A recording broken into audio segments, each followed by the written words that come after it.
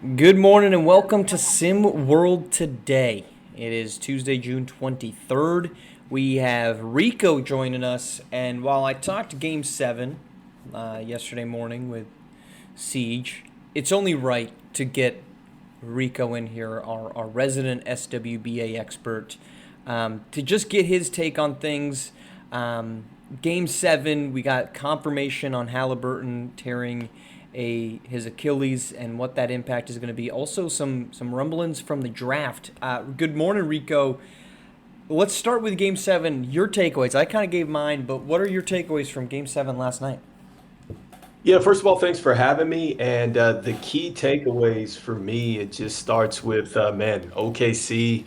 This is how you do it as far as building a roster. I think that Sam Presti has shown that, look, when you take the draft seriously and then also, too, you think ahead as a forward-thinking franchise, this is what can happen for you. I think that I saw something where I believe they have three undrafted players, and then they also have maybe five second rounders that are in the rotation there. So that just lets you know just what Oklahoma City has done just from, using their draft capital, which we'll get into that in a moment with the draft. But I think that that was my key takeaway there. And I think that for the Pacers, look, I think that they're very much going to be a solid team. It's unfortunate what happened to Tyrese Halliburton, but I think that this team has still got a chance to still make some noise next season. We'll see what happens if they decide to shake it up just a little bit with a trade or something like that going into next year. Yeah, I mean, look, they not much, in my opinion, changed from last night. The upsettingness of the Halliburton injury still reigns supreme. Saw a note today. This was um, the most watched finals game, averaging 16 million viewers since 2019, which was Game 6, Raptors Warriors, which had 18.3 million viewers. However, I mean, we don't have to get into a whole viewers watch. The viewership was down on average this season from last year's Boston Dallas series. But anyway, on more reflection, I've said this multiple times that this really feels like we had this little run this season and into this off season where, well, dynasties might be dead. The cap, the tax aprons. It's going to make it really hard to build a team that can contend year after year after year. And well, Boston, once they're done, we're going to get our sixth straight new champion. Parity is in the SWBA, and I would just say I don't know about that, Rico, because this Thunder team, now that they have that first championship, that they've summited the mountaintop. Man, this team isn't even at the peak of their powers. SGA is turning 27. Jalen Williams, I think, is 23. I still think that Chet Holmgren might not be in Oklahoma City for the long haul, but you got those two guys who are SGA is a number one, Rico. Jalen Williams could be a number one.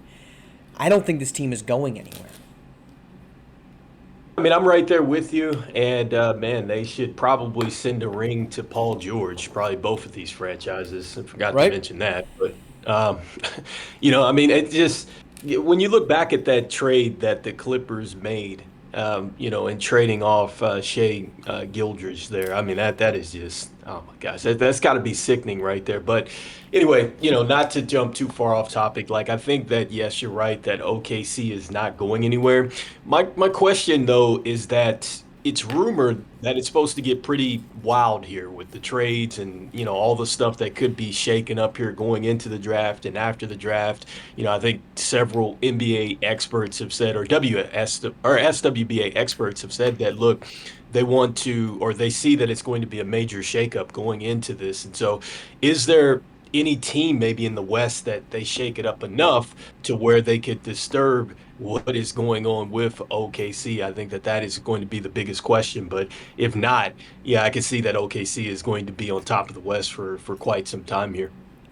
And I just don't know, because here's what the Kings can't do anything. Here's what the Thunder can do, right?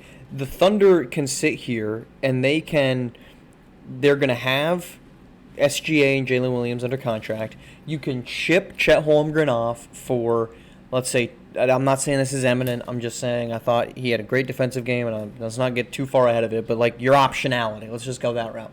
You could trade SGA, or excuse me, Chet Holmgren, and you could get back like two pieces and then probably two first-round picks. Eventually, you're going to have to move off of Isaiah Hartenstein, Lou Dort, Alex Caruso, one of them.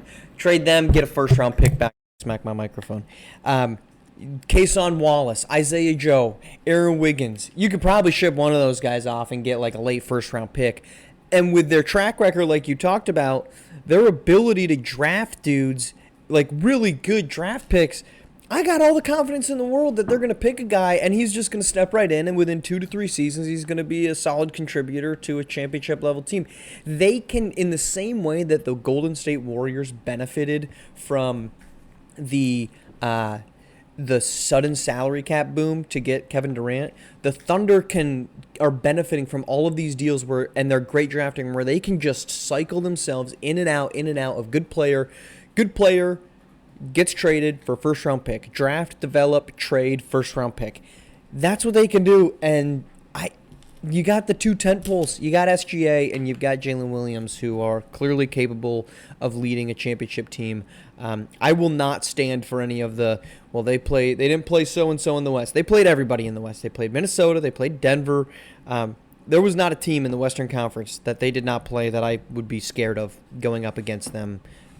Even if Kevin Durant is now on the Houston Rockets. Let's go to Tyrese Halliburton and go to the Western Conference. Tyrese Halliburton out with an Achilles injury. So now we've got, Rico, atop the East. Jason Tatum gone for the season with an Achilles injury. The New York Knicks just fired their head coach and didn't have a plan for backing up that decision. The plan was just, let's ask every team with a good head coach if we can have him, which is idiotic. And now Tyrese Halliburton is out. The door is wide open. So what does the East look like next season in your view? Yeah, the East, I mean, you already said it. It's wide open, really. And I think that if we're talking about trade season, the Eastern Conference is going to be the team, or the Eastern Conference is going to be, I think, the teams that want to jump into that. And I think that immediately the one team that probably comes to mind is the Cavs, right? Because the Cavs had like such a great season. And there's talk that they may run it back for the most part. And so I think from a continuity standpoint, you're probably going to see the Cavs. And then I would say next up would be the Pistons, because aside from that, Ooh, like the you look at this though, Pistons. yeah, because think about this though, because the Bucks, they don't have Dame, right? The Heat, I don't know. They've already struck out on the Kevin Durant stuff. I'm not believing in Atlanta, Charlotte. And then with Washington, they've still got some time to go. I think Toronto is still trying to figure it out.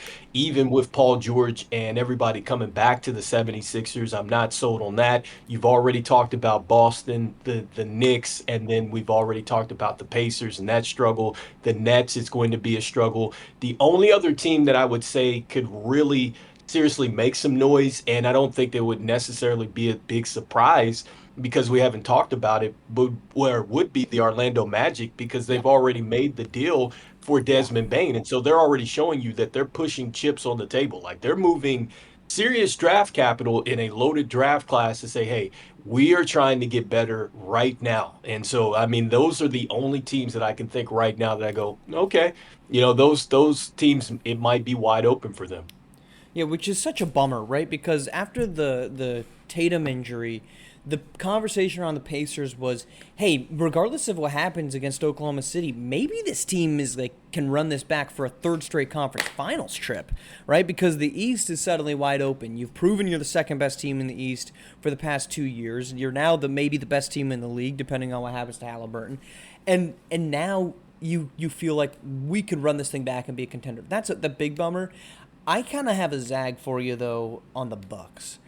I wonder, and I agree with you spot on with Orlando, but I kind of wonder if the Magic, excuse me, if the Bucks sit there and say, okay, yeah, we don't have Dame, which thank you for including him in the list of just just haunting Achilles injuries that is Yeah, it running was rampant in terrible. the league. Yeah. But you're the Bucks. You say, okay, well, we don't have Dame, but what player in the East is better than Giannis? None. None of these other rosters are fully formed. Like the Cavs, they can't put anything together in the postseason. The Magic. The Pistons are our biggest competition. I kind of feel like the Bucks might just be more emboldened right now to say, Giannis, you're coming back, baby, because there's nothing. Like, who are we afraid of? The Celtics with Jaylen Brown and Drew Holiday and Kristaps Porzingis, who's sick. We're afraid of the Orlando Magic because they added a shooter that got shipped out of Memphis. We're afraid of Cleveland. Like, who is Milwaukee to be afraid of? And I kind of feel like Milwaukee's almost in a spot to say, no, we think actually, with all these injuries, with everything else crumbling around us, we're better suited to win a championship and win in the East right now than we were at the beginning of this postseason. I think with Milwaukee, they still have some question marks with the roster that we haven't really talked They about do. because you got to But who they doesn't? get yeah, and that's a good question. But a lot of these pieces were pieces that were just huge for them to win the SWBA championship. Like I believe Bobby Portis, I think Yep. he's in a little bit of a contract situation. I think that they have to make a situation, or there is a situation around Pat Covington, which he would have to play some major minutes. I believe also too. What is it, Porter Jr. that came over? I think Yep. that Kevin Porter he's Jr. now in his deal, and he came on strong towards the end of the year. And so, I think that that's really the question mark for this Bucks team. Is that's fine if you want to bring back Giannis, and then you say, okay, well, we have Doc Rivers, and you believe in him as a head coach, but there's got to be something that you're going to put around him that says, okay, we can come out of the Eastern Conference because, it's clear that Giannis needs somebody. And so I Yep. don't know what that looks like with the roster. I don't know how they would get better. Are they thinking younger?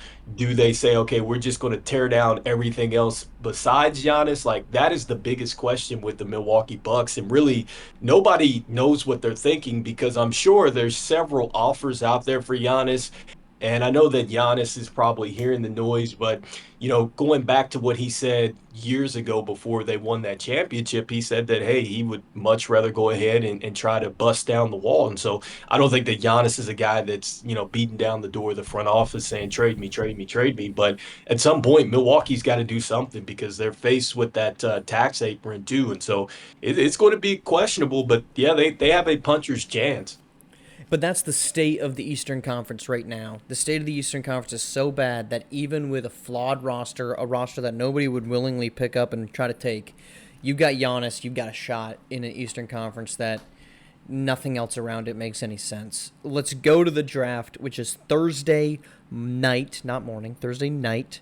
And one of the things that I've been hearing a little bit of, Rico, is that Lamarian Sherwood might not be the lock that I think the public wants him to be. That like you see so many people out there talking about, oh, Sherwood, he's our guy. I'm hearing from league executives that's like I just don't think that's the case inside team front offices right now. I would be shocked. I don't know how far he's going to fall, but I don't think he's a top 5 pick based off what I've been hearing from teams that have a shot to pick in that range or just in general are monitoring that situation. Well, here's what I'll say about Sherwood. And so just going back to that interview, I love the confidence and I love the fact that his camp has really put it out there. And I think that from a marketing standpoint, I think that they've done a terrific job for him. Now, the question is, much like any other player, once you get them into the building, are they going to work as hard as they say that or that they can? Are they players that will translate from day one? I don't know, but it's the thing with Lamarian Sherwood that I worry about, and the same thing that I think about too with Jamison Johnson, is I just think at some point they have to expand their game a little bit more offensively and kind of help a team out from a spacing standpoint. I think that that's probably going to be the biggest question. And I think that every prospect you could probably say has to get stronger. Do they have that same type of dominance that translates from the college games to the pro game? I think that that's going to be something where that is a big time question mark. And honestly, Just thinking about this, I think about some of the other centers that are not talked about that really could be maybe better. I think that maybe Simpson, he maybe comes out, he could be a guy that translates. I talked about McNeil. I think that he's a player that certainly could come out as well. And I'm talking about Malik McNeil. That maybe they come out and they're more, or they're players that transfer a lot better to the SWBA level. And so I'm curious to see what's going to happen. I mean, there's so much hype around him, but I think it's going to be an interesting draft night. Well, here's the thing with Sherwood. There's a lot of things that he does that the league just doesn't value, or that the league doesn't want. He's not an elite defender. He's not exceptionally quick. In a league that you are going to see, like Chet Holmgren had 5 blocks in Game 7, set the Game 7 finals record. Why did he have 5 blocks? Because he could switch onto Andrew Nemhard, onto Aaron Nesmith, onto Pascal Siakam. He could play against quick. He could play against bigger dudes. Sherwood can't do that, right? I mean, the biggest problem with Rudy Gobert, who is not as good of an offensive piece as Sherwood has been, was up until this season, he was getting played off the floor in the postseason because he couldn't be a switchable defender. That's what Sherwood is not. He is not a switchable defender. And so I think you couple that with the fact that if you look around the league, Rico, who's your dominant, back-to-the-basket, immobile big man that is leading his team to deep postseason runs? It's not Nikola Jokic, because he's a playmaker out of the post. He's actually a competent defender, and he can shoot the ball well from deep. It's not Joel Embiid, who can't stay healthy, but even when he was healthy, is at least adequate on the defensive end and can still shoot a 3. Karl Anthony Towns is not as immobile. Rudy Gobert is maybe your best comparison, but even he's more impactful than that. He's a better defender than who Sherwood is. There's just not a recipe. There's not a pathway for a guy like Sherwood to be exceptionally, let's say this, new, traditional, impactful in the SWBA. Yeah, and I think another thing too, you bring up another point with Sherwood as far as defending. I wonder, will he be able to keep up with the pace and Yeah, play in the SWBA? yeah. Like, that's my biggest question. And I talked about this morning, or not this morning, but yesterday morning on the show, Clutch Time, because I was like, will he be able to keep up with some of these centers in transition? Like, I think that that's the biggest question for me. And so I don't know. I mean, maybe, he's worked out that well to where he's ready for that type of jump, because that's essentially what's going to happen. He's not going to be in just one of those kind of slow down type of games. Like, it's going to be very high up tempo action for him. And so can he be a player that translates there? I think that that's one of my biggest question marks for him. Look, he's a good rebounder. He's a good low post offensive piece. He's not he's not a terrible defender, but he's not an Yep. awesome defender. He's a great interior defender, I guess we should say. He can't switch, and he's not quick. Those are not attributes that lead to success. We will find out what that slide, if there is one coming, looks like on Thursday. Rico, appreciate you taking the time and coming out here. We'll talk to you again next Tuesday morning. Appreciate you all tuning in here on SimWorld TV, the only place you can see the game, be the game.